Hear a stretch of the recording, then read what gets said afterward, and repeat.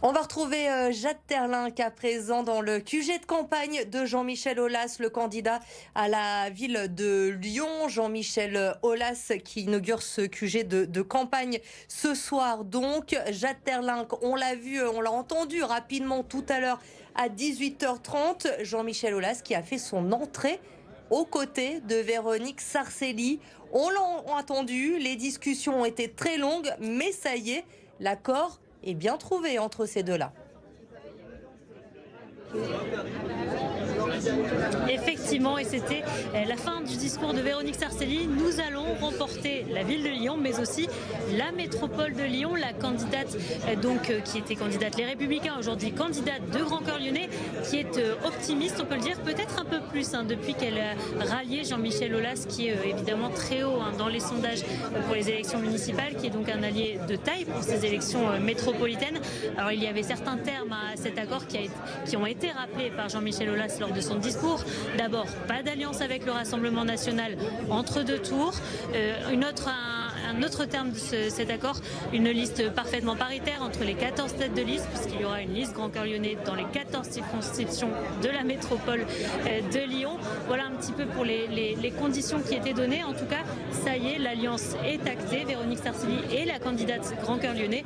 En cas de victoire, elle sera présidente de la métropole. Et Jean-Michel Aulas, lui, a indiqué qu'il fera donc bien partie de l'exécutif de la métropole en tant que vice-président. Et on voit sur les images de Lauriane Pellao de nombreux élus de la métropole présents dans la salle, des personnalités de la société civile. Également, on a aperçu Sonia Anderson, ancienne légende de l'Olympique lyonnais, aux côtés de Jean-Michel Aulas, notamment sur les images de Lauriane Pellao. Jade, l'autre information du jour qui concerne le candidat Aulas, ce sont de nouvelles propositions également en cette journée de lutte internationale contre les violences faites aux femmes. Jean-Michel Aulas en dévoile un peu plus sur son programme.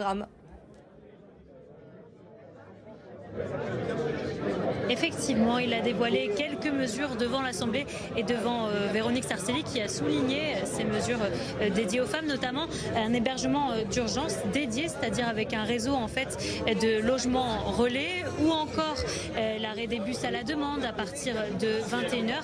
Ça existe déjà, il faut le préciser, mais à partir de 22h.